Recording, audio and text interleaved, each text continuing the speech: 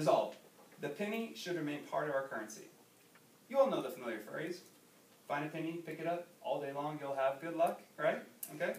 Well, if it were up to my opponent, he would like to crush your dreams and remove any future luck you might have by removing the penny from our everyday lives forever. Of course, I'm not entirely serious, or am I? Have you ever thrown a penny into a fountain and made a wish? What did you wish for? Prosperity? Success? Happiness?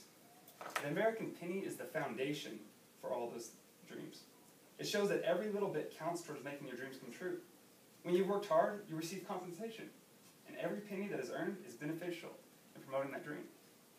And if the penny is removed from our economy, those hard-earned pennies will disappear. Now, that may not seem significant to you right now, but it adds up, especially when it comes to cost. Let's imagine going to the grocery store in a world without pennies, in Jonathan's world. Every item in there is now priced differently because of my opponent. Do you think the different companies that are pricing these items are going to price them less than they do now? No, that's delusional. Companies want to make money. They don't want to lose money, even if it's 2 cents. Because if you sell something multiple times, it lost 2 cents. It's going to add up. And so they're going to round up. For instance, I bought a candy bar the other day, Reese's Cups, charged 67 cents. In my opponent's world, that Reese's Cup is now 70 cents. Now that may not seem like such a big deal, that's 3 cents. And then if you buy, let's say, 50 groceries at a time, every time you go to the grocery store, it's going to add up. Approximately every time you go to the grocery store, with those little bits of rounding, you're going to add $1.50 to your cost for getting the groceries. Well, once again, what's $1.50?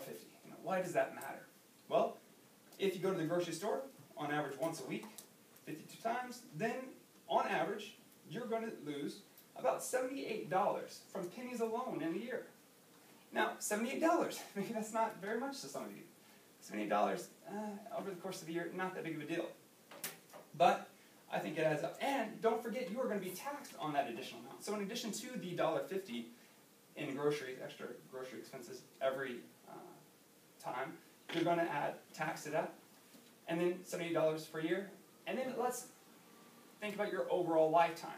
From the time you are now until you're in 75, the average lifespan in the United States, you would probably go grocery shopping same number of times every year, and that would add up to $78 times the number of years, about 60 plus, would equal about $4,000. In the course of your life, if we remove the penny, and it's about 3 cents per item that goes up, over the course of your life, you would lose about $4,000. Now, that seems a little bit more significant. $4,000 is enough to take care of my daughter's wedding, or at least put a big chunk into it. And not to mention, I could take all those savings, put it into a stock, savings account, and add interest to it. So with my opponent attempting to take out the penny, he's not only hurting me in the short term, but in the long term. This doesn't even include the number of times you go to Starbucks. Yeah, I know I can afford to be there. And then iTunes, think about all those iTunes songs you get for 99 cents. $1 each. Okay, once again, only a penny, but it adds up, and that's my point. And if he does that, that is a society that caters to the wealthy. Because for those of us that do not make as much, every penny matters, because we need to take care of our kids. We need to take care of our families. And those pennies, when they add up, once again, I know in the short term, it's difficult to see that, but for some of us, that may be the difference in buying a book that leads to a better education, or a business idea that can lead to tremendous success. You know, some of the greatest entrepreneurs just start off with a couple of dollars in their pocket, and then they build on that. But if you take away the penny, you take away a lot of those. Now, there are also stories of people who diligently saved all their pennies and made huge payments. There's a video of a guy named Clyde Freeman on YouTube paying his vehicle tax bill with $117 in pennies. According to ABC News, Thomas Daigle made his last mortgage payment with 62,000 pennies. And then there was a man named Louis Stefano who saved all his pennies since he was 5 years old, and when he was 70, he deposited 8 million pennies in the bank for a total of $80,000. Pennies add up. Just like every small step you make in improving your own life, pennies are a small step forward for many who want to make it in this country.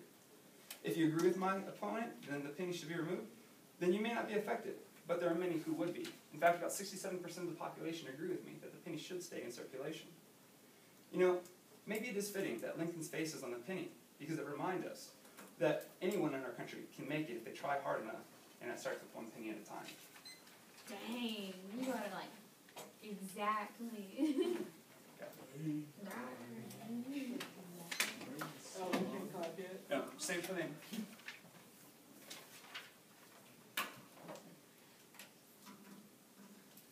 Oh, you indicate to them when you're ready. No, I'm trying to like take one of the. Okay.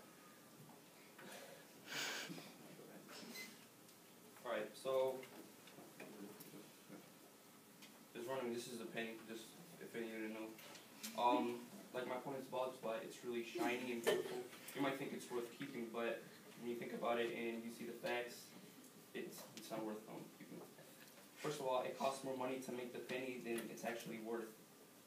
As in May 2010, it cost 1.67 cents to make it. As of February 2011, it cost 2.4 cents to make it. And as you can see, the number of the amount of money it takes to make it is rapidly increasing. And pennies also have a limited use.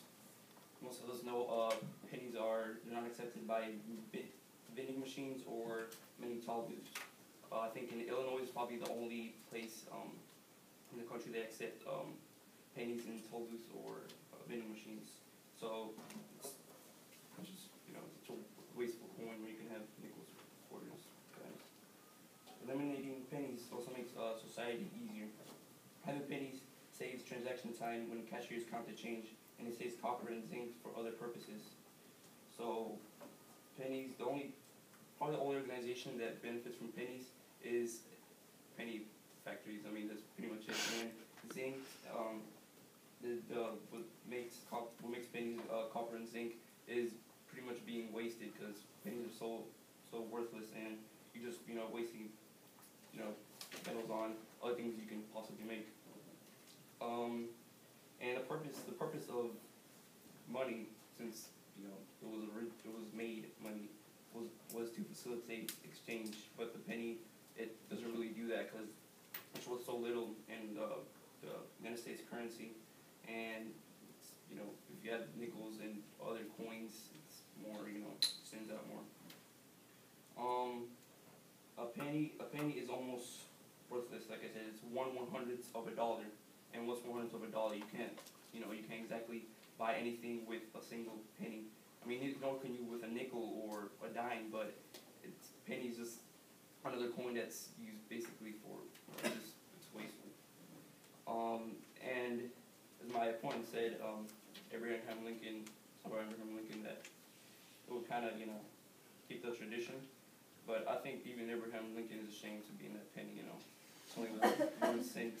And today it's worth 1/26 of what it was worth since he was president.